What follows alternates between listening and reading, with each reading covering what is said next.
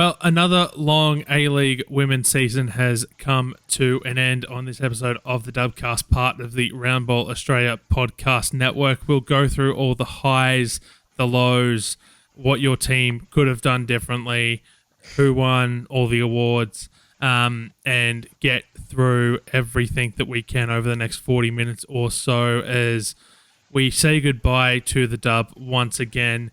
And all I can think of is, there's a song by Simple Plan called Summer Paradise. The A-League Women takes place over summer, and those lyrics, like, my heart is sinking as I'm lifting up above the clouds away from you. I can't believe I'm leaving. I don't know what I'm going to do, but someday I will find my way back to where your name is written in the sand. Because I remember every sunset. I remember every word you said, and we were never going to say goodbye. Tell me how to get back to Summer Paradise with you, and I'll be there in a heartbeat. And honestly, there's not a lot about that I would change, other than I will find my way back to where your name is written in the turf. Because I remember every goal you scored. I remembered every controversy, and we wouldn't have it any other way. Just tell me when the A-League Women is going to be back, and I will be there in a heartbeat. It didn't quite come out as well as I would hoped it would, Burke. But given I did that on the fly, I will say, I'd say I did a good job.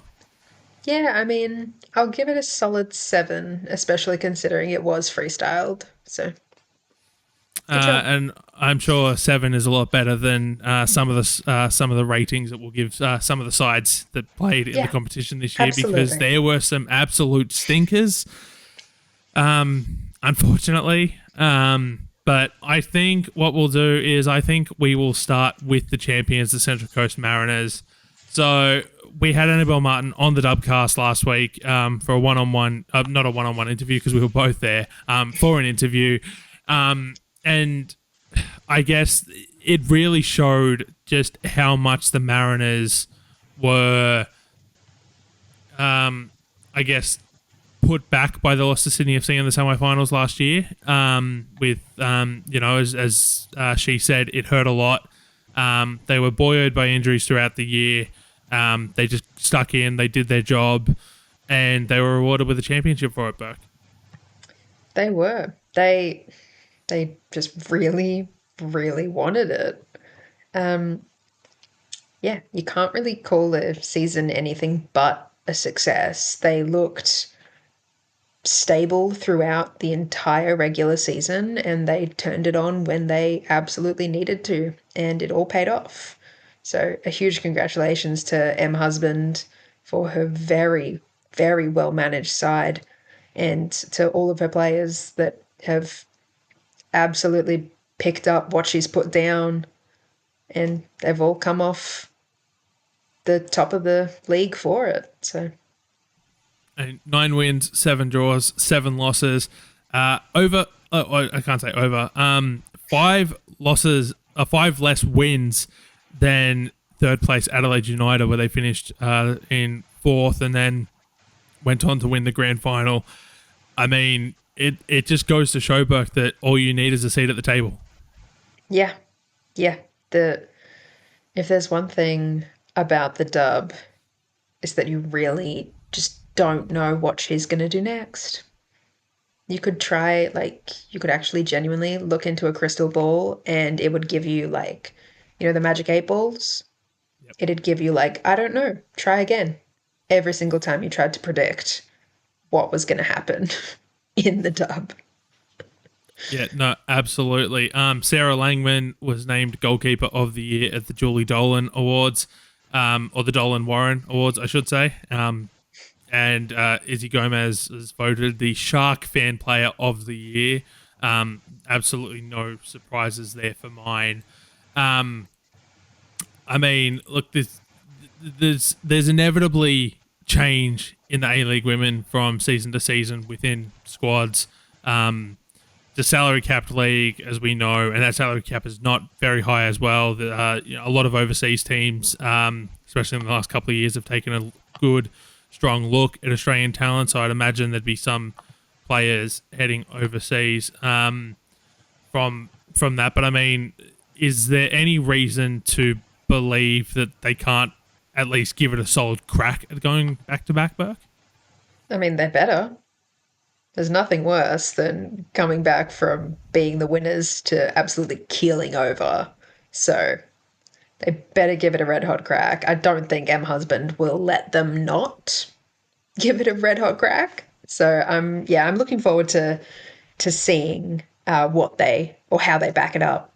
I'm not keen on any potential running with like an underdog story line next season. You can't really claim that after winning the championship. Um, they could do a, I guess they could go for a, like, despite the odds of being a small team from Central Coast, they've done it and they're doing it again. So I don't, personally, I don't want to hear any underdog chat from them because they don't play like underdogs. They play like top dogs. They talking a lot about dogs right now. They have that dog in them. They have sev- It's just the X-ray they have of the chest. several of that dog in them. Several. I don't want to hear it. No underdogs. No underdogs, guys. I'm sorry. You've worn that one out. Yeah, I wouldn't be able to buy that narrative either. Look, I want to see them give it a good, solid, red hot crack. I would like to think that they would keep a significant portion of the squad together at least, and then it's just a case of building pieces around them. We'll head now to their grand final opponents, Melbourne Victory. 16 wins, 5 draws, 2 losses, just literally 2 points short of Melbourne City, and a heck of a lot of goal difference, but still 2 points short. I mean, you lose the grand final on penalties. Jeff Hopkins, forever iconic for eating a banana during the shootout. And as we talked about it last week, they're literally inches away from that shootout, possibly still going on. Yeah, they really were. Any other season, this goes as, outright top of the table. Unfortunately for the VUC, Melbourne City are an absolute freak show. Positive.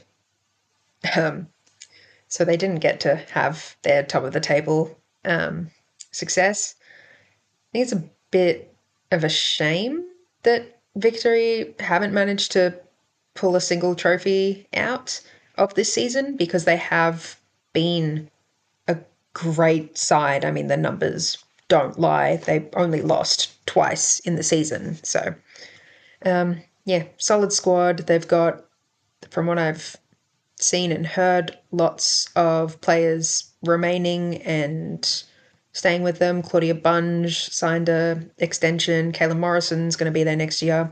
The big question, I guess, is probably around M. Gilnick, because she was saying after the grand final she still wasn't sure. She was waiting for her gut to tell her what to do. I think that was the actual quote as well.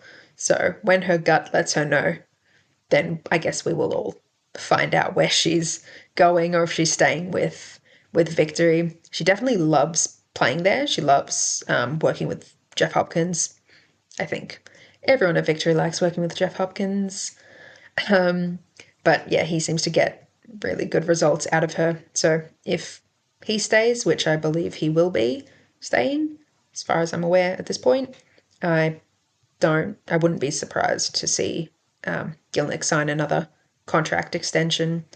Yeah, they made really good signings that had really positive impacts on their side. Nikki Flannery was huge for them. Alana Yanchevsky, also huge for them, especially considering she switched positions, I guess a third of the way through the season because of Beatty Goad's retirement to become a scientist or whatever the hell, a doctor or something. Have to go and improve the world, don't you? Can't just play football and be a Matilda. Gotta go do that. Yeah, so Yanchevsky stepping into that position to kind of fill that gap was massive. Yeah, they had a good season. It just, yeah, they just couldn't, I guess, clear the final hurdle to get the championship.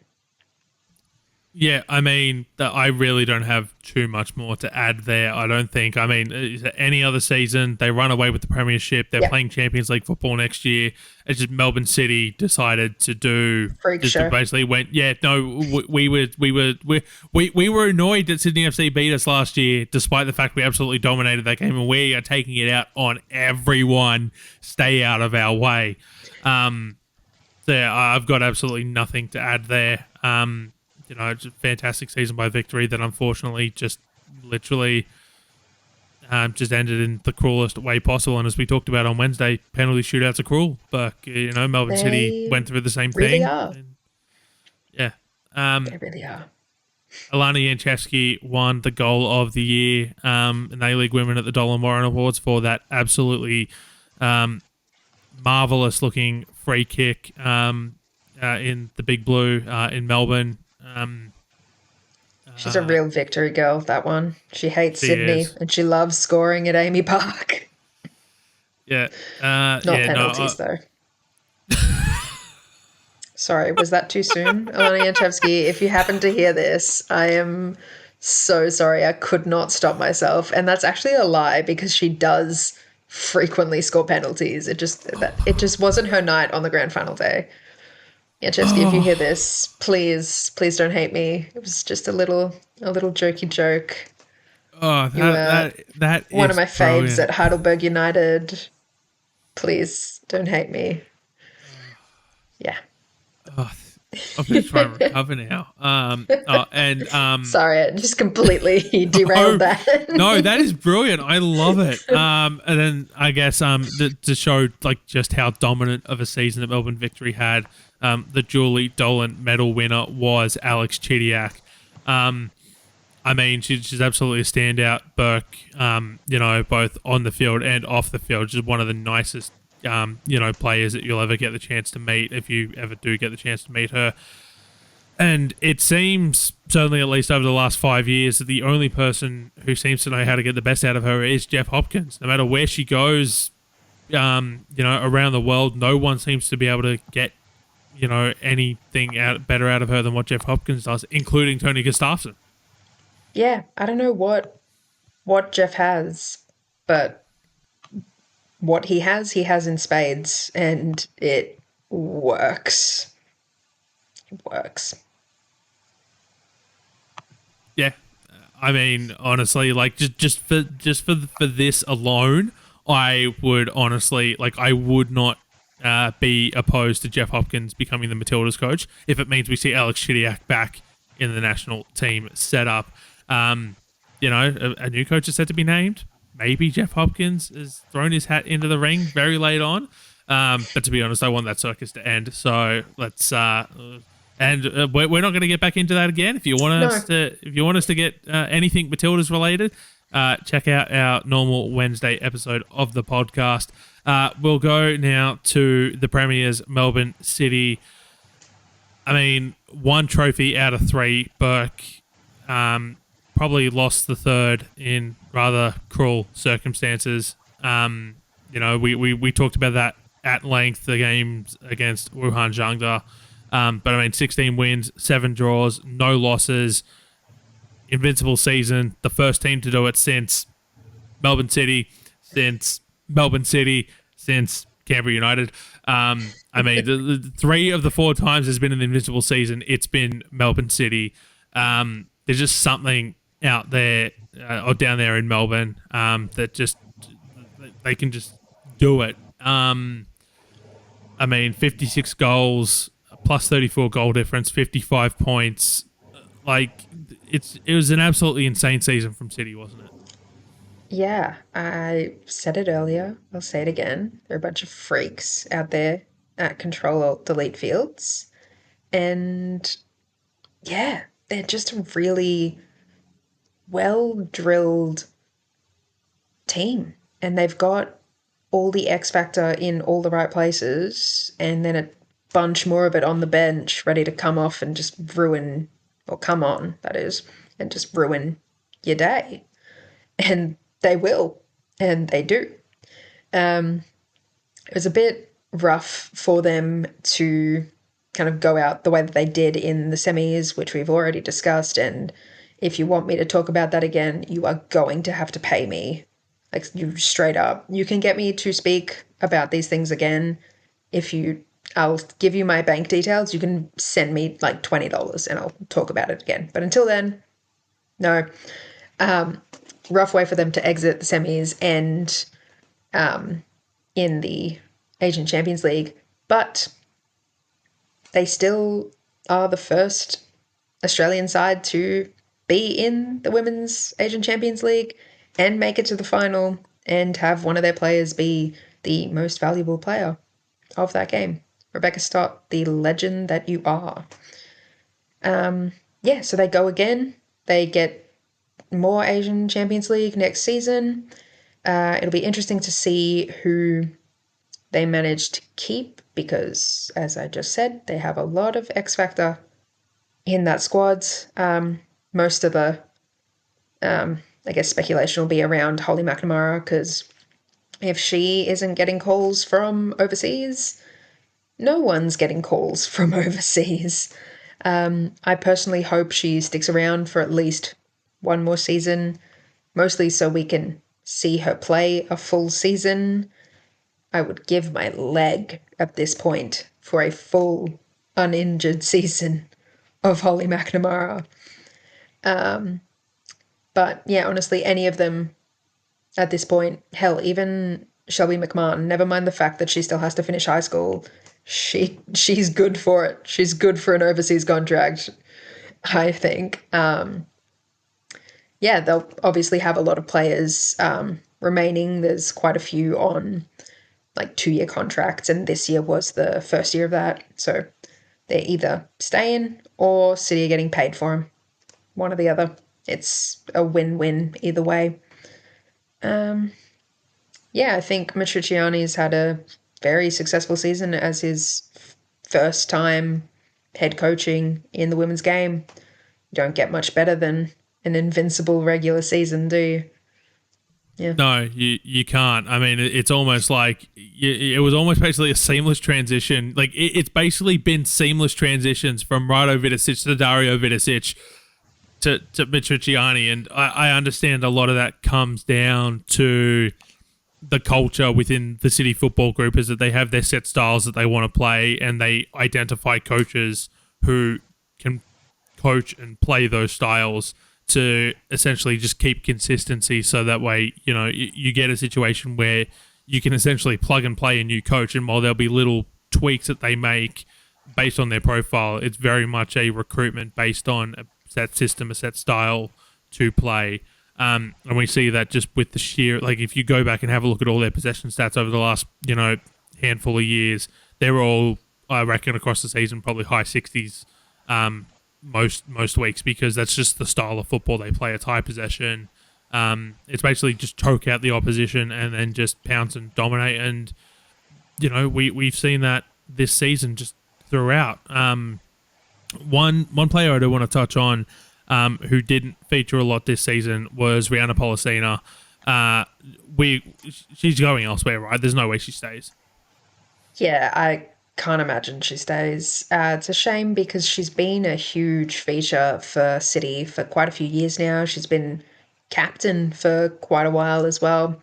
Not too sure what's happened there, which, makes me a bit sad for her. But, hopefully she can find a place with another team that gets her the game time that she deserves and puts her in a system that really benefits her. Yeah, it's something we absolutely love to see. As I said, I spoke to Mariana Tabane a couple of weeks ago while she was in China. You can read that article at roundballaustralia.com.au because there was some glowing praise for Rihanna Pollicina in that article from Tabane. Bookmark this now, clip it, do whatever you want to do, because I'll call it now and I'll happily wear this if I'm wrong. If Rihanna Pollicina moves to another A-League team next season, she will win the Julie Dolan Award. Bookmark it now. I'm calling that now. She's going to have a point to prove, and she will have the best season as voted to win the Julie Dolan next year. Mark my words, it will happen if she moves to another A-Leagues team. and watch this backfire on me in 12 months' time. But I've made it. I'm going to stick to it. Poletti endorsed Policina Revenge Tour. Yes, we all love a good revenge tour. We do. I don't quite know if this qualifies as a revenge tour, but Close enough. it was certainly a comeback for the ages as Adelaide United went from wooden spoon to third place and a semi-final loss over two legs to Melbourne victory. I mean, just an absolute turnaround, Burke. Like it's almost like I know the players are similar, but these were two vastly different sides. Yeah, I would actually say that's a very good call in that it's a revenge tour, but they were getting revenge on themselves for being so bad last season. Yeah, what an absolute 180. I'm so deeply, deeply impressed with that entire cohort of players and the coaching from Adrian Stenter. It's just been fantastic. The way that they've managed to pull together, especially considering the amount of injuries that they faced early on in the season, the way they all stepped up for each other was just like one for the ages, really. And yeah, they were absolutely well worth getting into the semi-finals. Obviously, we discussed that and how they've, never played semi-finals before, bar the one other time they did. So they're not, I guess, a club that's they're not a club that is used to playing finals football, but I hope we get to see them doing it more because this side is really great to watch. They've also got already some contract extensions. They announced today, the day of recording, that Aaron Healy would be back for another season with them. Lucia Leon was announced, I think it was still, we were in the finals campaign. Her contract extension was announced. But yeah, they've been doing everything right. I mean, Aaron Healy was even rewarded with a call up to Ireland national squad for the first time just recently as well. So yeah, they're doing everything right, and I hope they continue to. Yeah, I mean, that's exactly where I was going to go next. The fact that, like, Ella Tonkin, Emily Condon, Aaron Healy sticking around. But, I mean, Healy with the call up to Ireland. Claudia Jenkins got called up to the Football Ferns. She won Save of the Year at the Dolan Warren Awards on the A-League Women side of things. I mean, just absolutely, just a good season all round. And that's not even before you look at all the injuries that they had to deal with throughout the season. I mean, we didn't see Izzy Hodson until lost track of when we finally saw her for the first time. Emily Hodson, same thing. Like, just so many injuries they had to contend with. Nano Sasaki as well. Like, and then just sort of everyone's come in. It's just been consistent thing. And I feel for some of those players who haven't necessarily been able to bed down a place in this team just because you've got so many good players coming back from injury. And honestly, I mean, Adrian Stenter, Coach of the Year at the Dolan Warren Awards, it absolutely did not surprise me whatsoever when I saw that name. It was absolutely so well deserved. Just not just because of the turnaround, but just how good this side has played all season long. Honestly, like I see absolutely no reason why they can't add to their tally of finals wins next year and double it at a minimum. And we already talked about Chidiac winning the Julie Dolan Award. Second place on that list was Erin Healy with one less vote. Chidiac got 26, Erin Healy got 25. That close to having joint winners, that close to having Erin Healy actually win the Julie Dolan, and honestly, it wouldn't have looked out of place, Burke. Yeah, not at all. They've just been great. And long may it continue, because God knows they've been bad for a long time. Yeah, there's nothing else to say there, and hopefully we'll see Adelaide back in finals again next year. The team that we don't know anything about, Burke, Canberra United. Their future is still up in the air, unfortunately. They made finals. They lost to the Central Coast Mariners. Anthony Ugarinich came in, did a fantastic job. Got them to finals despite, tough stretches throughout the season. He improved their defense drastically. Sally James looks like the keeper we all thought she was before she got injured at Melbourne City, and then had to sit behind Morgan Aquino at Perth Glory because Aquino had an absolute standout season. I mean, I just look at it and I just think it's very hard to assess Canberra United's season as a whole. Not because it's not that they weren't the team we all thought they were. It's just very hard to assess them in a bubble of we don't know if this is the last time we're going to see them. And we said the same thing last year, but it's just so hard to review their season with the future of it up in the air. Yeah, and it better not be the last time we see them. I will riot. They have some great talent in their squads, and it'd be such a shame to lose them. And not only that, they have a massive history in the league. They've won the league before. They did an invincible season before. They've produced a ton of talents. Michelle Heyman, Haley Razzo, Ellie Carpenter played there too. There's Ash Sykes. If you go that far back, there's more. But I would be so sad to lose lovely little Canberra United.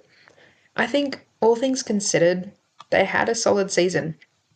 And the fact that they've been on such shaky ground for basically the entire season and still managing to get into finals is a huge feat. So I'm really impressed with the way they've managed to kind of pull together and keep going despite, the fragility that their club is kind of consumed by. So, I hope we see them next season. Fingers crossed. Please. Yeah. But, yeah. I mean, just as I said, it was sort of the same situation last year. We didn't know what it was going to be, and that really impacted their ability to sign players. And I don't mean this in a negative sense, but they sort of got the outcasts of the other teams who didn't sign contracts. 18 Keane, Janae Dos Santos came down from Sydney, Mary Sanders Floody, Beth Gordon, those, like I said, Sally James, is just sort of, and it's not to say that these are bad players. They absolutely deserve to be in the dub. They're fantastic players, but these were players that I think ultimately other clubs decided they didn't want for one reason or another, and so they've all found a home at Canberra, and I think that really helped them this season just come together as sort of this entity, and they made finals because of it. And you'd like to think that with a lot more planning and their future sorted, that they'd be able to have a stronger preseason, maybe do some stronger recruiting as well. And that's not to say that none of these players shouldn't stick around, because they absolutely should. They all had great seasons. But just this idea of maybe being able to add a little piece here and a little piece there to upgrade at certain positions when you have the pick of the bunch of the players that are off contract, Burke. Yeah, definitely agree. Stability is really the key for Canberra United. They've shown what they can do on the pitch, even with the sort of, like you were saying, the limited recruiting that they were able to do. And if they actually can have some solid financials behind them, I don't see why we can't have a return to the Canberra of old that's, doing invincible seasons and winning the league. Yeah, and it's certainly something I think we all want to see. We'll head to Tarneet now, Western United. 9 wins, 6 draws, 8 losses, literally finished in 6th place because of goal difference, and as a result had to head to Adelaide instead of heading up to Gosford.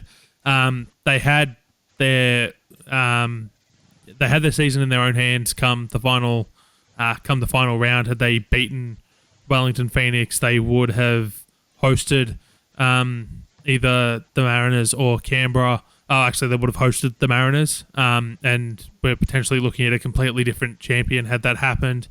For me, Burke with Western United, the one thing that stands out is just the fact they could not put any form of consistency together this season. They just couldn't string results together. It was one win, one draw, but losses, draws, losses. They just couldn't string results together.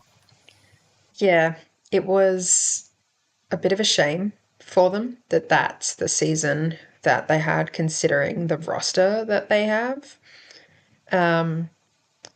It came, I think, very, very close to all just completely falling apart for them after that 8-2 loss to Brisbane Roar. But they managed to scrape it together. They've still had some serious successes in their squad. You can see that with Carly Johnson getting the reward of moving to Canada to play for Calgary Wild, and now with the Matildas call up she's gotten. So they're still able to create great players. Like, they can build great players, but yeah, they just were not firing on all cylinders at all times, I feel. And yeah, you can really see that with the results, like even with the last, like with the screenshot that we're looking at here of the table, their last results are like, if I read it in the right direction, maybe draw, loss, win, win, loss. That's their last 5 games. So yeah, next season, Western United, spare consistency, please. Yeah, Please. no, that's probably the literally, as long as they can get consistency, I think you're looking at a situation where they should be able to do good things. I guess probably the other concern off the pitch is, if reports are to be believed, and these are rumored reports, I don't believe anything solid has come out about it, is the fact that Western United are undergoing financial turmoil at the moment. And as I said, apparently the PFA has been working with the players over unpaid wages, and there's a good chance that a lot of them will be departing the club, as they've given notice that if player wages aren't paid. A lot of legalese going on there, but that they might be out a lot of their players, Burke, which would make it very difficult. Yeah, and all of a sudden there's like 30 free agents, and that's just on the women's side. Um, it's definitely mean for me to say that if I never have to go to Tarneed again, that would still be too soon. Um, but yeah, if I never have to go to Tarneed again, it'd still be too soon. And I will probably go there next season. So, because I'm sure they'll somehow manage to dig their way out of this. But yeah, bit of a shambles from them. It's a bit of a shambles all round, actually, on the pitch, off the pitch, in the boardroom, it seems. Just, yeah, real shame, because they've got a really solid fan base, and that's like specifically talking about the women. They've got a like solid group of fans that show up and show out every week at Tarneet. So yeah, for all of my dislike of Tarneet, they obviously like clearly have a very special place in a lot of people's hearts, and it'd be a real shame to lose the club, all things considered. How much money and time and effort has gone into the creation and the building of the stadium that they have. Yeah, no, absolutely. We'd love nothing more than to see Western United continue. I think hopefully that this all gets itself sorted, and that we're not looking at a situation where Western United are losing players left, right, and centre. This was from Marco Monteverde for News Corp. Western United have been served breach notices from most of their men's and women's players for unpaid wages and superannuation. The PFA served Western United with the breach notices, giving the club 2 weeks to pay the players the money that they are allegedly owed. If the money isn't paid on time, players can leave the club regardless of their contract status. Western United will also face sanctions if they fail to pay. We saw that on their men's side, where they hit with an 18-month transfer ban by FIFA. So yeah, hopefully whatever this is gets sorted soon, because Western United on their day do play some good football. They've got a lot of good players down there. Grace Marr, Sasha Grove, Kat Zimmerman. Yeah, Chloe Lincoln called up to the Matilda squad because of her form at Western United. You'd hate to see things go south there. I think so those are all the teams that made the finals series. We'll go in order for the rest of the ladder. So we'll head up to Brisbane now. 8 wins, 2 draws, 13 losses. They ultimately fell 7 points short of the finals series, despite the fact that 1 point we were looking at a genuine possibility of Brisbane Roar versus Melbourne City in the grand final. Burke, is it just as simple to sum up Brisbane Roar season as they couldn't stay out of the hospital ward? They flopped so severely, they need to create a new word for whatever the hell they did. I don't know, man. They were flying. They put Western United 6 feet under, 8-2. They had Lainey Fryer getting Matilda's call-ups because she's scored 2 hat-tricks in a row. Like, Tamika Yallop was low-key in the form of her life this season. She won a bunch of awards for the season she played with the club, like as internal awards. I don't know what the hell their problem was. No, I do. Momo Hiyashi got injured. And that all seemed to be it was like the first domino that fell, and then it all came crashing down around them. I hope they never do that again, because that sucked, watching them slowly but surely just collapse in on themselves. Yeah, that sucked. Yeah, it was literally, as you said, Momo Hayashi got injured, then all the other pieces around them got injured. Look, hopefully they can run it back. Minus Sian Fryer, as we already know, she's off to Wolfsburg in the Frauen Bundesliga. So hopefully they keep most of the players that they had. They can run it back. Everyone's fit because, as you said, they started the season like a house on fire. Probably the highlight of the first half of the season, besides that Western United game, would have to be their 4-0 win at Unite round over the Wanderers. And that's, I don't know how much of an indictment that is on the Wanderers.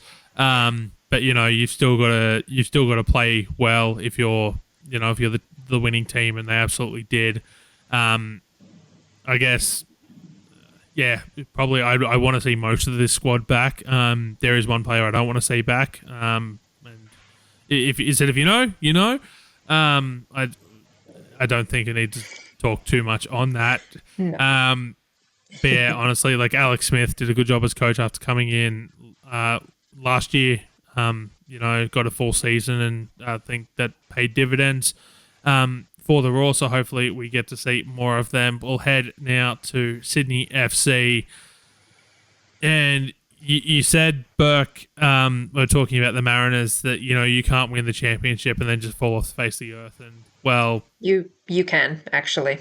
Sydney FC did exactly that. 7 wins, 4 draws, 12 losses, and most of those wins coming in the final third of the season, as they made the latest of late final charges before still ultimately falling short.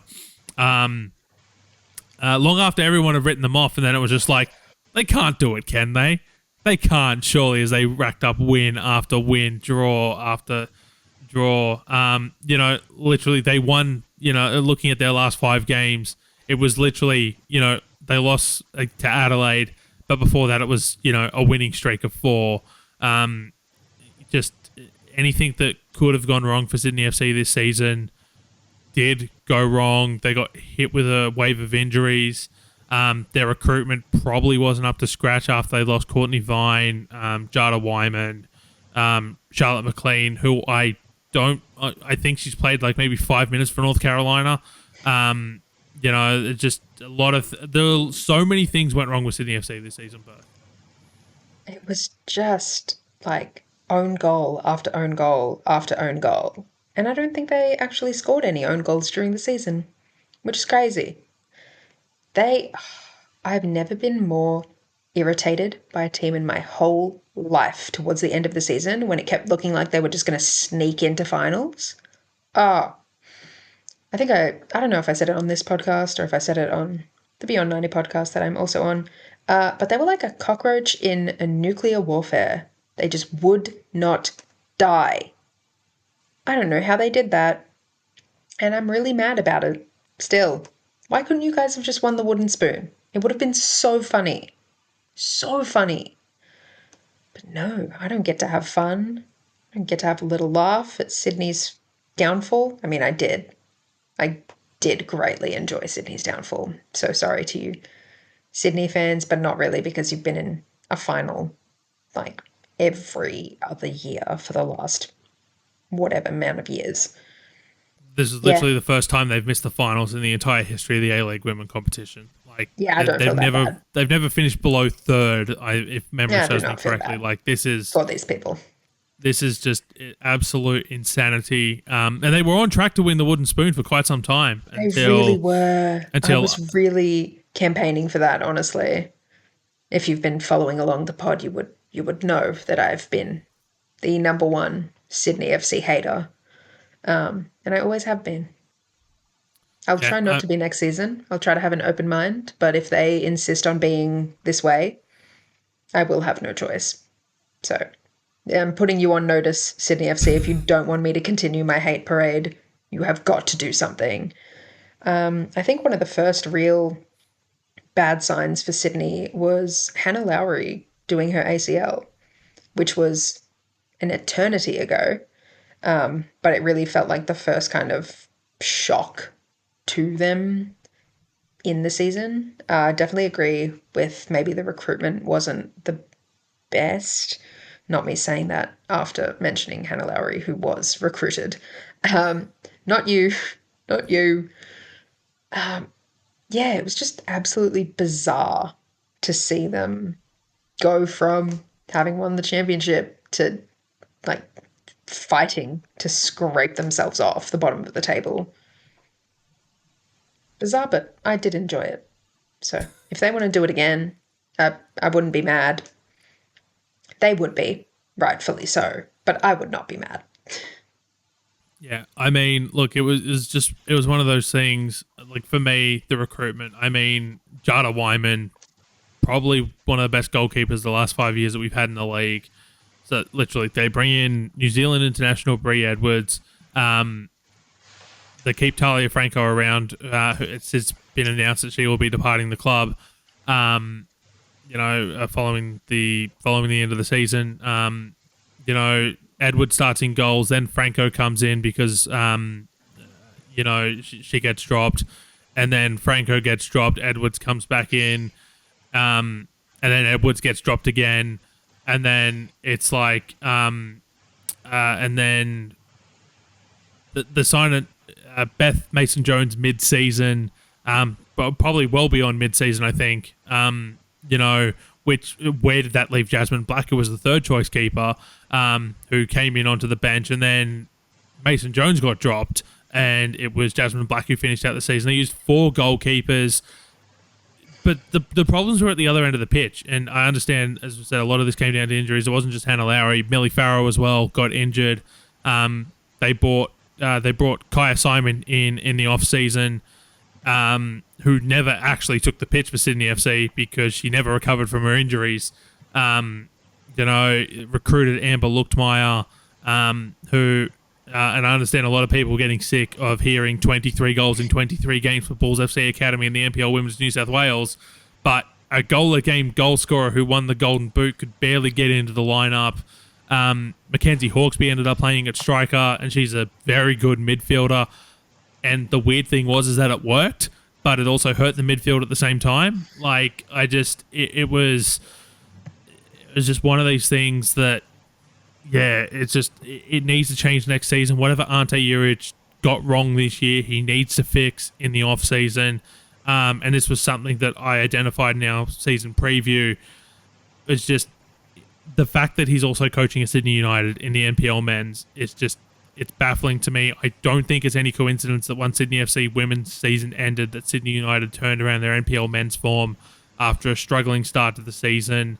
The fact that when preseason rolls around next year for the A-League women, he will still be coaching not only in the NPL New South Wales, but they are, at the time of recording, into the final stage of Australia Cup qualification before the round of 32, and they do have a very easy game against third division side Granville Rage to potentially see them through back to the national stages of that competition. And then there's the little matter of the Australian Championship, of which Sydney United are a foundation member of, that if they make the final of that competition will go well into December, which would see him very busy for the first 10 rounds of the season, Burke. Yeah. And we've discussed this before, this whole situation. Obviously, I think really if Sydney FC want to be serious, they give him a full-time contract. Because he's not on a full-time contract, which is part of the reason why he is doing the other gig. Give him a full-time contract. See what he can do full-time. And if he can't do it full-time, then maybe it's time to move him on, which would be a real shame because he's been an incredible coach for Sydney FC. Yeah, they're just very strange season for them. Completely out of character, but I guess even the mighty fall. I know the other big names like clubs, City, I guess Victory as well somewhere, have had seasons that haven't been that great, but never like this that I can recall in the last 10 years of watching this league. Yeah, So, like I said, there was a legitimate chance that we were looking at Sydney FC for the wooden spoon. if only we had relegation. More than halfway through the season. Like that's just such a massive drop off. So the upcoming season, the 2025-26 season, is the last season that Ante Juric is under contract at Sydney FC. So it could very well be a prove it year, lest the board decide to move in a different direction, and it would probably be ultimately, he is a club legend. He's had a lot of success there, and it would probably be a bad way to say goodbye and end his time at Sydney FC if they had another poor season. Another side that had identified finals as a success and ultimately cost a coach his job when they couldn't make the finals were the 9th placed Wellington Phoenix Burke. We've heard in the weeks since their season ended that they are investing quite heavily in their women's program. That, as I said, the reason Paul Temple lost or did not get offered a new contract was because they failed to make finals. 7 wins, 3 draws, 13 losses, and ultimately finishing 9 points off the final spots. For a club that is demanding success after, coming into the competition during COVID, being based out of Wollongong for 2 years. The first time they've had a repeat coach after going through 3 coaches in their first 3 years, Paul Temple in year 4, getting that second year. It's just they had promising signs this season, but ultimately, looking at their last 5 here, it was a draw against Western United on the final day of the season, but before that it was 4 straight losses, and ultimately that's what cost them the spot in the finals, was just their inability to win games. Yeah, and it's another shame. I mean, obviously, not everyone can be the winning side, but some teams you really do just want to do well. I think Wellington is very much, like the little team that could. They might, maybe. And you can tell that they're serious about their women's program. They're from what I've heard, and you mentioned big spenders, they were the second highest spending team after Melbourne City. Yeah, that's what I've heard as well. They're not messing around. We've probably heard this from the same sources. But I wonder who that could be. That's for us to know and you to maybe find out, but not from us. yeah, like they're serious. And I want them to get serious results too. Yeah, it's hard, especially if you're putting funds into it. You want to get something out of it. I think Paul Temple had been a good coach for them last season, but you can see that they're really trying now, clearly, to step up, especially if they're going to go the way it's been reported head coach wise, which I'm sure we will get into when it's announced officially. Obviously, you wrote the article for Round Ball about how they are looking at getting the former Canadian coach in as their head coach, which is looking more and more certain by the day. But yeah, it'll be interesting how that shakes out for them next season, considering the extenuating circumstances. Obviously, suspensions have been served, but that, I don't know how short people's memories are in New Zealand. Mine is not. So it'll be interesting. And they have a good group of players there. They've done the work of, progressing players through their academy into their first team. They're doing everything right. It's just something's not clicking. I wonder if they can convince Annalie Longo to come out of retirement. I mean, she hasn't given up on international football. Maybe they can sneak her back for one more season. I mean, I don't I know. couldn't see a reason why, the club certainly wouldn't make all the efforts available to do so. And, getting her back would probably send the right message, not only to the rest of the squad, but to prospective transfers in or recruited players. As, the fact that they've been able to draw, one of their best players out of retirement. I mean, I think it was she got 20 votes in the Julie Dolan. Mm-hmm. So she I was finished just fifth. going to mention that. She finished fifth on the voting list. So it's just clear how crucial she is to this squad. And she arguably provided the best moment of the season when her dog decided to invade the pitch at Pararua Park. You touched on it there. The fact that, as I reported for Roundball Australia, that they are recruiting Bev Priestman, that she will be the next coach of the Wellington Phoenix. With the sort of investment they're putting in, a big name coach like that, even though she's never coached a club side before, she's got a lot of experience. Apologies. She's got a lot of experience. There's a lot of skills there, and so honestly, Burke, if everything goes to plan, I mean, the fact that they announced Amy Shepherd not only as interim head coach, but the fact that she will now be a full-time assistant, and per the Wellington Phoenix, their understanding that she is the first full-time assistant in the A-League Women. You put in that kind of investment, it's got to lead to results, right? I think it has to, because, yeah, then you run the gauntlet of kind of, are they going to start pulling money from the game? Which obviously they shouldn't, but yeah, remains to be seen what will happen if it doesn't pan out. Yeah, and we'll go to the other side of the distance derby now, which is the Perth Glory. 6 wins, 4 draws, 13 losses, 22 points. So ultimately, quite a bit back off the pace. But this was another side that got absolutely rattled by injuries, Burke. I mean, you lose Susan Fongsong came in pre-season, and that sort of set the tone for the rest of the season. Star recruit Kelly Brown, was in and out of the squad at different times with injuries, with little niggles here, little niggles there. Just honestly, for new head coach Stephen Peters, with the injury battles, the fact that they were so close to the finals as the season started to come to an end, honestly, had they had a full season of non-injuries, I legitimately think we're looking at certainly a finals contender. I can't quite say title contender, but I think they would have made finals, and I think they would have scared a couple of sides in the competition. Yeah, absolutely.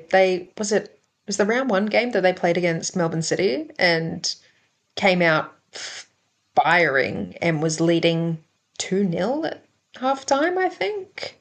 Yeah, that sounds about right. They certainly had the lead in that game, and then Melbourne City just And said, no, no, then no, no, no. they Melbourne City'd it. Yeah, they they were good for it for a hot minute. And yeah, obviously, Fonsong Cam, you could see how different they played when she was finally able to return to the pitch, but it was a bit too little too late at that point for them. I'm hoping she can stay healthy because she got injured. I believe it was actually in the MPLW Vic Grand Final, where she had a killer game for Preston Lions and then gotten injured. So I would love to see her tearing it up for the whole season, if possible, because I think that makes Perth a completely different side. And yeah, they've got good youth players. They've got lots of, hometown Perth players. The fans love them. Yeah, I think if they weren't so ravaged by injury, you're probably right in that they would be pushing in finals to see what they could kind of shake up there. Yeah, I would have absolutely loved to have seen them for a full season with Kelly Brown. I've been watching in the NPL women's for a couple of seasons now. Just what happens when Stephen Peters gives Kelly Brown the keys to the attack, and we saw it at glimpses for this season throughout Perth Glory and our season preview.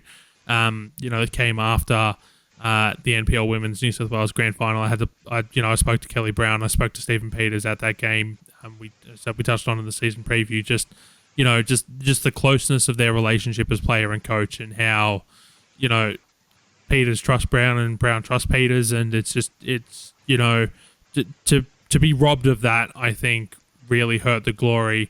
And look, I'm absolutely certain that they will bounce back stronger than ever next season. And I think something that can't be underrated here is the likes with Stephen Peters coming in as a coach. It really opened up a lot of players who haven't been given those chances before. Morgan Roberts, 29 years old, comes in because she just hasn't been given a chance. Miku Sanaga comes in and has a fantastic season. As I mentioned, Kelly Brown never really got quite the shake that she probably needed at the Phoenix when she was there. Comes in and when healthy rips up the competition. Look at just the way that they played. If they can keep most of this squad together, I genuinely think that they will give the competition a run for its money next year, Burke. Yeah, I have to agree. There's not really much more I can say, although outside of the red card that she got, I believe, I think Tiana McKenna also had a huge season for Perth. She was great at Melbourne City, but wasn't able to get, I think, the game time that she needs to get. So, yeah, the return to Perth, I think, was the right move for her. And, yeah, she had a really good season. Yeah, and we'll head to the Hunter now, the Newcastle Jets. 5 wins, 5 draws, 13 losses. Just another side that really couldn't put it together. And a lot of that was their own doing, Burke. Oh, my God. The previous Newcastle record for most Jets. red cards in a season was 2, and the Jets eclipsed that by more than 300%. I honestly have forgotten the final number that they ended on. It was like 7 8. or 8. Yes, because that's right. It was 7, and then Sheridan Gallagher in the last week of the season decided that she wanted to get another card. Honestly, this is just... they did so well in their recruiting department, to bring in Serena Bolden after, and this was like 5 games into the season last year, because no other side wanted her. She absolutely carried that team on her back towards finals. She headed overseas this year to, I believe it was Napoli off the top of my head, was where she ended up. I know she ended up in right. I know she ended up in Italy. I so they suppose. didn't, so they didn't get her, um, back this season. There were some strange recruitments, and I think that's probably the best way to describe Danielle Krasiniak, who had a number of those red cards. I just, it's such a weird season to assess for Newcastle because, as I said, a lot of their red cards were their own doing, but like they had very good players there, and you think had they just not copped red cards, that like they might have been able to put up more of a fight this season. Yeah, definitely. I mean, Newcastle Jets more like the Newcastle Reds, right? Almost got enough red cards to field a team. Yeah, they were just bonkers, weren't they? From start to finish, top to bottom, back to front, inside to out. Just unreal. I was going to say, I've never seen a football season like that before, but no one has. That was the first of its kind in this league. And hopefully the I, last. it better be. My God. I just, a Kraseniak outside of the box, catching the ball. What were we doing? What were they being told to do? What the hell was going on in their training sessions where people were clearly feeding them information, being like, no, you can go out of the box. That's okay. No one told you that as a goalkeeper you could touch the ball outside of the box? That's crazy. What? I don't know, Jets. I don't know. They're very, very interesting situation. Yeah, they really struggled not having a player like Serena Bolden, a real, striker.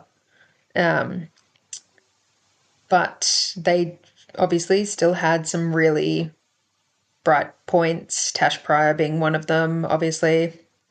I think Sophie Hoban had a great season for them too. But Sheridan Gallagher was touch and go. I don't know if she ever really realised that she'd changed codes. Yeah, just weird. Just weird. Just a strange, strange little club. But they're clearly very well loved in Newcastle. They pull great crowds. I just wish that they would get the results that their fans deserved, is kind of where I'm at. I don't know what they're going to be doing in the off season. Maybe doing some like severe meditation sessions or something. I don't know. Some real mindfulness work about not seeing red. I think that'd be really good for them. It would be. It's interesting you mentioned Sophie Hoban. She won the Playmaker of the Year award at the Dolan Warren Awards for her through ball against Melbourne Victory, finding the feet of Sheridan Gallagher, who then went on to score said goal. And on the coaching front, they will be looking for a new coach, the Newcastle Jets. Ryan Campbell, I don't even remember the terminology that was used, but basically he stepped down from the role was the terminology that was used. So they will be looking for a new coach. Paul Temple's free. Paul Temple is free, yes. There's certainly a lot worse places that you could live than Newcastle. A lot of good beaches. One thing that we should note is a part of the problems. I can't even really say problem, but just you look at going back to preseason, the fact that Melina Ayres stepped down on the eve of the season to take a break from football, it really, really hurt their recruitment. So that's probably not ideal, is what you could say there. And she didn't return for the season. She stepped away to take a break from football. She indicated that she was not retiring, and that so hopefully we'll see her back next season. On the coaching front, the name that does seem to get trotted out a lot is Gary Van Egmond, and he won't be returning to the role. I can say that because he was announced as coach for Hills United Football Club in the Football New South Wales League One men's competition as they try to earn promotion to the NPL New South Wales competition. So Ryan Campbell obviously stepped in for Gary Van Egmond after he departed for a role with the Chinese FA. And he won't be coming back, certainly at least not in the immediate future anyway. But you can never really rule out Gary Van Egmond coming back, can you, Burke? You can't really ever rule out a Van Egmond just appearing in Newcastle. They just seem to spawn there every so often. So even just for a little while. So Yep. And that brings us to the final team in the competition, the Wooden Spooners, the Western Sydney Wanderers. 4 wins, 4 draws, 15 losses, and I mean, Burke, this was just such a tough season to watch from the Western Sydney Wanderers. They had there were some very good points throughout the season that you just could hang your hat on and be like, right, this is the turning point. This is how they're going to do it, and then it just all fell apart. yeah, they are not good. Or they were not good. They were just deeply not good. Um, and it's very weird because Western Sydney, for some reason, I don't know what they've got in the water out there. They have great players, and a lot of them have kind of fled from Western Sydney. And you can make your own decisions about what that says about Western Sydney, but you've got the likes of Alexia Apostolakis, Holly McNamara, Bradley Henry, all Western Sydney players and from the area, I believe. You would know better than me. It sounds about right that they're all from Yeah. the area. Like, they've got such a good talent pipeline out there. There's such a good, What's in the water? What are they doing? local, local base to tap into. And they just can't capitalize on it. It's Yeah, crazy. And even this season, you've got Sienna Sebeska, who's was playing out of her mind in some of those games. That one against Western United really stands out. I think she got a hat trick in like half an hour or something, or like 35 minutes or something. that sounds about right. Yeah. It's like a likely thing for her to do, right? Yeah, they've got. I think part of their issue is that their squad is very young, from if I'm remembering correctly. And then you've got poor Sham Karmas fighting for her life week in, week out to do everything she can in goals. She's a great keeper. I need her defense in front of her to respect that, and not just, I guess, kind of stand there and be like, oh no, she's got it. Sham, she's got it. Stop doing that. Help her. She's going to start chasing her around with knives or something. Western Sydney, you are very, very lucky that we do not have relegation in this league. I fear we would never see Western Sydney ever again if we did. Yeah. I mean, that's I'm so probably sorry to say that. that's But probably an accurate assessment, as much as I don't want it to be an accurate I assessment. don't want it to be either, because out of the Sydney teams, I do prefer Western to Sydney FC. I would love for them not to be this rubbish, but they are. And they changed coaches mid-season as well, after Robbie Thompson, No, yes, Robbie Hooker. left. Robbie Hooker, sorry. Robbie Thompson is a commentator. He Robbie was Hooker. literally on the podcast with us. Yes, he So was. sorry, Yes. Robbie, if you hear this. My bad. Total brain fade. Sorry, I stood in the pouring rain for like 3 hours today to watch the Matildas run in circles in the pouring rain. Brain fried. Yeah, Robbie Hooker, strange cat. Strange cat. They seem to have a bit of a turn in form and, I guess, their actual style when they switched coaches, but they also started playing out from the back, which was no Didn't bueno for yeah, them. didn't go too well. No, no. Sometimes you don't actually need to play out from the back. And by sometimes, I mean most of the time, if not all of the time. Stop doing Yes, that. we are very anti playing out from the back here on the Dubcast. I mean, Which, I'm looking at the their roster from this season, Burke. I mean, so much talent here. Sienna Silvesca, as you talked about. And maybe I've got my NPL New South Wales blinkers on. But I mean, looking at some of this, Maya Lobo, Holly Caspers, Gemma Ferris, Millie Bennett, Bronte True, Madison McComiskey, I mean, Amy Harrison's had a decorated career in the A-League women as well, to hold it down at the back, like Danica Matos.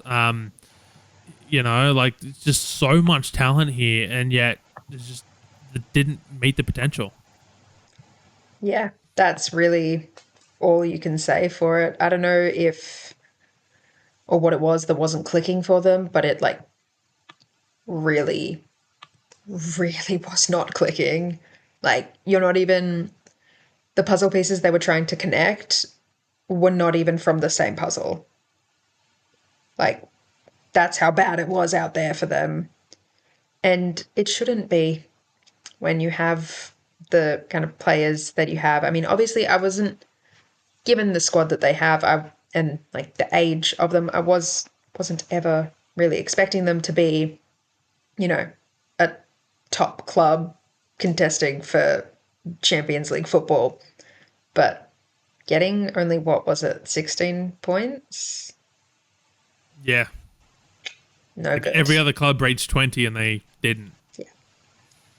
Yeah. Yeah. It wasn't good. As you said, Jeff Abrahams came in when Robbie Hooker departed. Abrahams originally brought in to lead the academy as technical director, and then ended up taking over in an interim role before being given the job. I believe his contract will see him through to the end of next season. In the role, look, they have set up the academy out there now that do play in the NPL Women's New South Wales as well.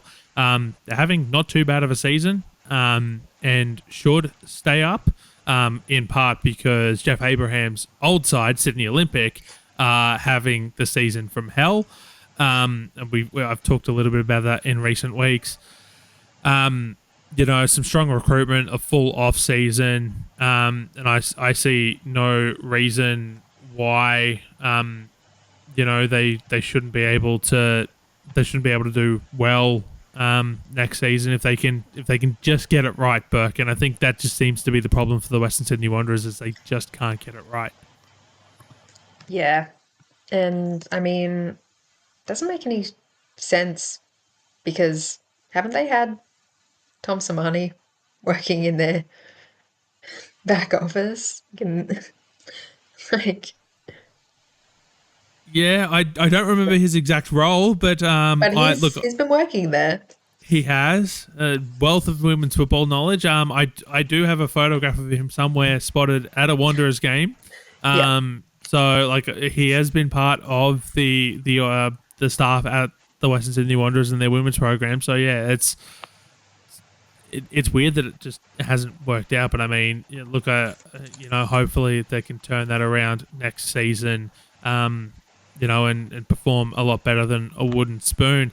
It was a lengthy one, Burke, but we got through our season review finally after teasing it for like the last 3 weeks. Yeah. Sorry, everyone.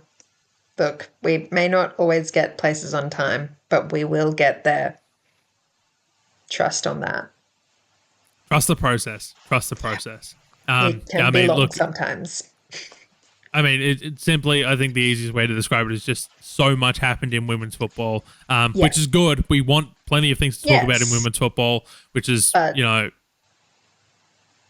just... If everyone could stop doing so much, that would be great. Just do a bit. Just not as much. Keep doing stuff. Just not as much. And then we can get through everything on time. But exactly. No, It's literally all I say. It's literally all I say about Australian football as a whole. Like, can you just have a day, please, where nothing happens? Just a day where nothing happens. That's all I want. Calm down, please. It's like what's the meme where it's like 0 days without accident, 0 days without something insane happening in the dub. I don't think it ever even goes up to 1 day, honestly. No, because they might get to like 40 minutes and be like, just take it off. Just take it off. Put it back to 0. Can't even get through a half of football. No. No. But that is But that's why we love it. Exactly. That is why we love it, indeed, and we wouldn't have it any other way as much as we complain. But that is our 2024-25 season review done. We will be back next week in our normal time slot of Wednesday to review the Matildas' 2 games against Argentina. If you have anything you want us to discuss in the off-season, dedicate its own episode to, please get in touch either via the YouTube comment section. You can also leave questions and comments on Spotify. I do have access to those now, so I can see what you're commenting there. Let us know, because ultimately we do this podcast for you. We want, if there's anything you want us to discuss that we haven't got to, please, we'll put it on our massive list of things to have a look at, and we'll see what it'll be like pasta. We'll throw it to the wall and see what sticks. And this is where our Italian audience just starts to get really angry with us, because you don't throw pasta to stick on walls. Don't do that. As the resident Italian, please don't do that. Don't. Just taste it a little. Like, just take out one little piece of penne. Don't call it noodles either. I will appear in your house. I will come through your walls and get you. Don't do that. But yeah, just try a little. Just taste a little. But yeah, we're going to throw it all at the wall. Metaphorically speaking, indeed. So yes, get in touch with us. We absolutely, what you want to hear us talk about, we'll do our best to talk about. But that will do for this episode of the Dubcast, part of the Roundball Australia podcast network. We'll be back on Wednesday next week. Thank you very much for listening. Goodbye.